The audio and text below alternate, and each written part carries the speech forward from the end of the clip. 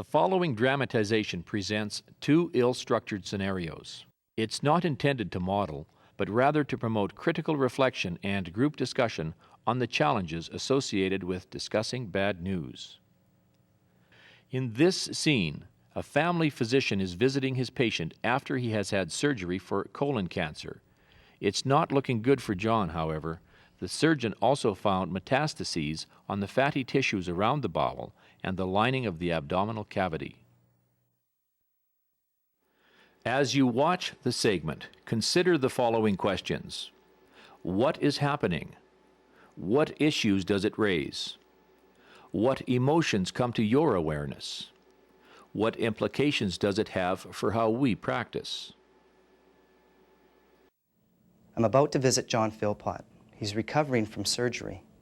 He had a bowel tumor removed and evidence of metastases.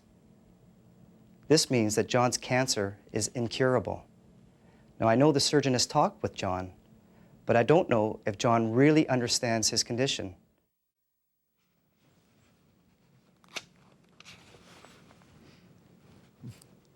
I'm feeling pretty good.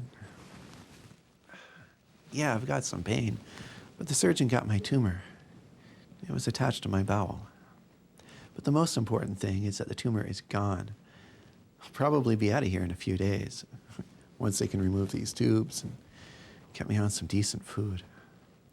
I'm sure everything's going to be okay. No biggie, as my son says.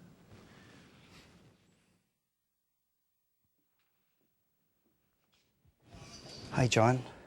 Hello, Dr. Rupert. I was sorry to hear the news. We were hoping that surgery and a course of chemo would cure this tumor. What do you mean? When a tumor spreads through the abdomen, like yours has, there's a limited amount we can do for you. What do you mean spreads through the abdomen like mine has? The surgeon said he'd removed the tumor. Yes, the primary one, but he couldn't get all the places it had invaded. We need to give you chemo for that. What do you mean invaded? You keep talking about this chemo stuff. Didn't the surgeon talk with you?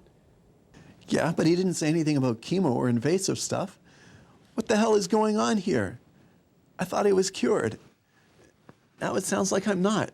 I'm sorry, John. I thought you knew. Well, I didn't. I don't believe it.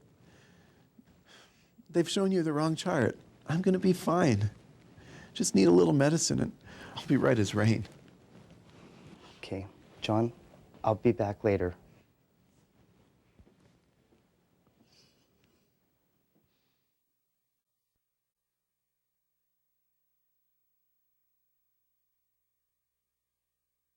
Now, let's review the scenario again. Consider the following questions as you watch. What is happening? What issues does it raise? What emotions come to your awareness? What implications does it have for how we practice? Hello, John. Hello, Dr. Rupert. So, how are you feeling today? I hurt some, but I guess that's what you get when you let someone go poking around in your belly. But I gotta say, the nurses have been great. Do you have enough medication to control the pain? Oh, no, I'm just fine. Mostly I just want to get these tubes out of me so I can go home. The surgeons talk with you? Yep, and another doctor, an Onacalo, something or other. Oncologist? Yep, that's it. Do you want to tell me what you understand about your illness to this point, just so I know we're both on the same page? Yeah, sure. They said they had removed a tumor from my bowel, and that I might need some chemotherapy. That drug stuff worries me a little, though. Do you know why you need the chemo? Yeah, it's something about cleaning up the cancer after surgery. And what do you understand about the future? Even though I'm scared of the chemotherapy drugs, I'm sure that they'll cure me. No worries. Did the surgeon tell you what he found? Yeah, some invasion of the fatty tissues and covering the bowel. And what did he tell you about that invasion? Well, he said that it wasn't good news. John, how are you feeling about all this? Scared. Anything I can explain to you? Actually, the oncologist has told me everything that I want to know at the moment. Okay, we're all here for you, John. And if you need to talk to me or anyone, just let the nurses know. Thanks, Dr. Rupert. I'm glad you could drop by. I'll see you again in a couple of days, okay?